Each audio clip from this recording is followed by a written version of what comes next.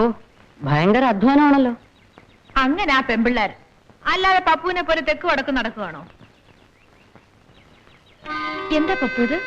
ഒന്നുമില്ല. എന്താ ഒന്നുമില്ലേ? ദേ ഉള്ളത് പറഞ്ഞു. ആരുമായിട്ട് അടിപിടി കൂടിയത്?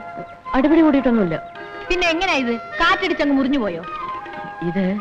ഇതിനെ നഖം കൊണ്ട് മുറിഞ്ഞതാ. നഖം കൊണ്ട് മുറിഞ്ഞ ഇങ്ങനെ? എന്തിനാ പപ്പു കള്ളം പറയുന്നത്? പപ്പു ഇപ്പോഴും കൊച്ചുകുട്ടിയാണോ? ഒന്നുമില്ലെന്നേ.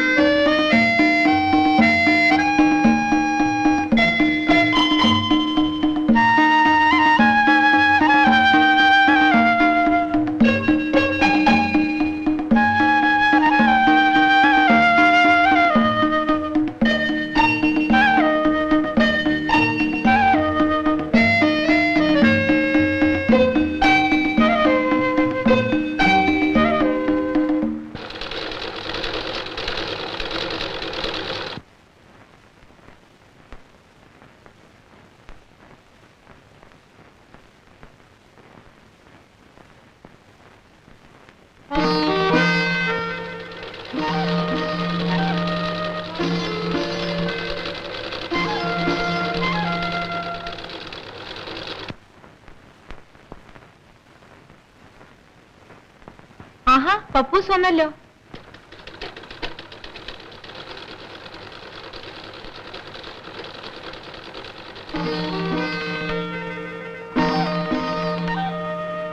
പപ്പൂസേ, ആ ബ്ലൗസ് നിങ്ങടുത്തെ. ഏത് ബ്ലൗസ്? ദേ ആ മഞ്ഞ ബ്ലൗസ്. നല്ല കുട്ടിയല്ലേ, ഒന്ന് എടുക്ക പപ്പൂസേ. ഓ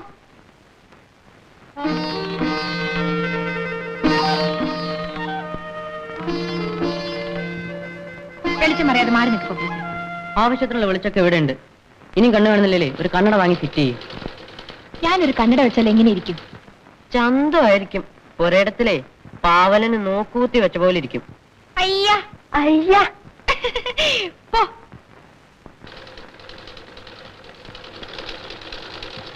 ഒന്ന് മാറി നിൽക്ക് പപ്പൂസേ. പപ്പൂസേ, ആ സൈഡിലോട്ട് മാറി നിൽക്കാൻ. വെറുതെ എന്റെ ജോലി മുടക്കരുത്. ഞാൻ ഈ മെഷീൻ ചവിട്ടുന്ന എങ്ങനെയാന്ന് പഠിക്കുകയായിരുന്നു.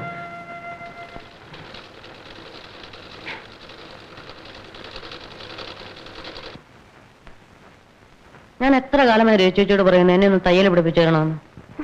തയ്യൽ പഠിച്ചിട്ട് എന്തിനാ ടൈലർ ഷോപ്പ് തുടങ്ങാൻ പോകുന്നു? ചിരിക്കൊന്നും വേണ്ട. ചെറുപ്പത്തിലേ എന്റെ ആശ ആരാകാനായിരുന്നെന്ന് അറിയാമോ? ഒരു തയ്യൽക്കാരനാവാൻ. ചെറുപ്പത്തിലോ? അപ്പൊ ഇപ്പോഴാരാകാൻ ആശ? ഇപ്പോഴേ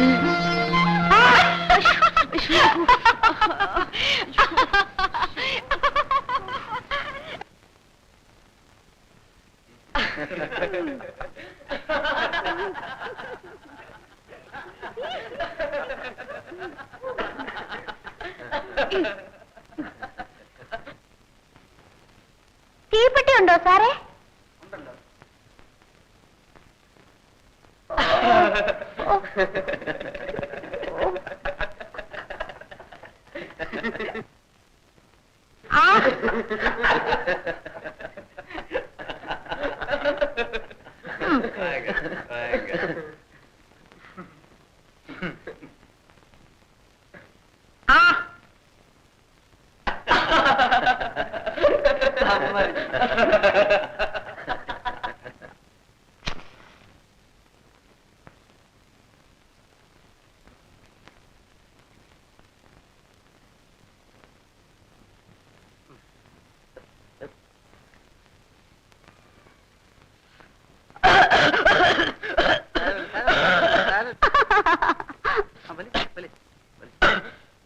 ആദ്യം ഇങ്ങനെയൊക്കെ ഉണ്ടാവും.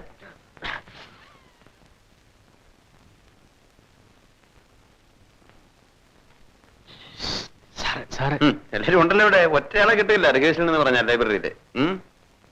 ശരി.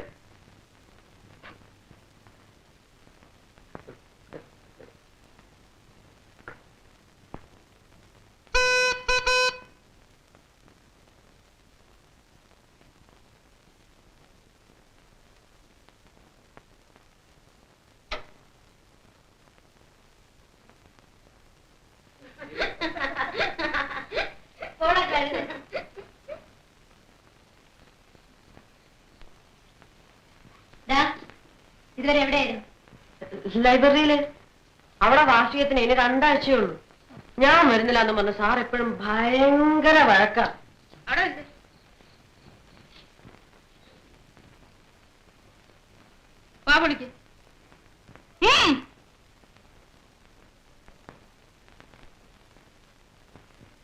അപ്പൊ ഗോവെന്നും പറഞ്ഞ ഉള്ളതാണല്ലോ ചേച്ചി. എടാ ഉള്ളതാണോ? എടാ പപ്പു, നീ സിഗരറ്റ് വലിച്ചോ? അയ്യോ ഇല്ല ഇല്ല ചെറിയമ്മേ. മുഖത്ത് നോക്കി കള്ളം പറയുന്നു. വളർന്നു പോയെന്ന് ഞാൻ കൂട്ടാക്കത്തില്ല. അടിച്ചതിനെ മൂലയിൽ ഇരുത്തിക്കളയാൻ പറഞ്ഞേക്കാം. ഞാൻ അച്ഛൻ എഴുതട്ടെ. ഇക്കണക്കിന് നിന്നെ ഹോസ്റ്റലിലേക്ക് അയച്ചാൽ നീ എന്തൊക്കെ ചെയ്യില്ലടാ? നീയാണ് ഈ വീട്ടിലെ മൂത്ത കുട്ടി. നിന്നെ കണ്ടുവേണം മറ്റുള്ളവർ പഠിക്കാൻ. അത് ഓർമ്മ വേണം. പോരാട്ടെ.